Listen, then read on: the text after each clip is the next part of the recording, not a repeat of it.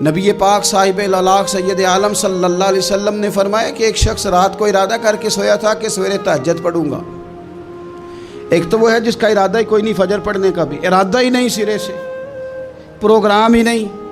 اس کو پتہ چل گیا کہ ڈاکٹر نے کہا تھا 7-8 گھنٹے سونا ہے، تو اب وہ ٹائم دیکھ رہا ہے 2 بجے سو رہا ہوں، 10 بجے اٹھ جاؤں گا۔ اس کی بیچ میں نیند ہے، صحت ہے، ڈاکٹر کی تنبیہ ہے، پر فجر تو شامل ہی نہیں۔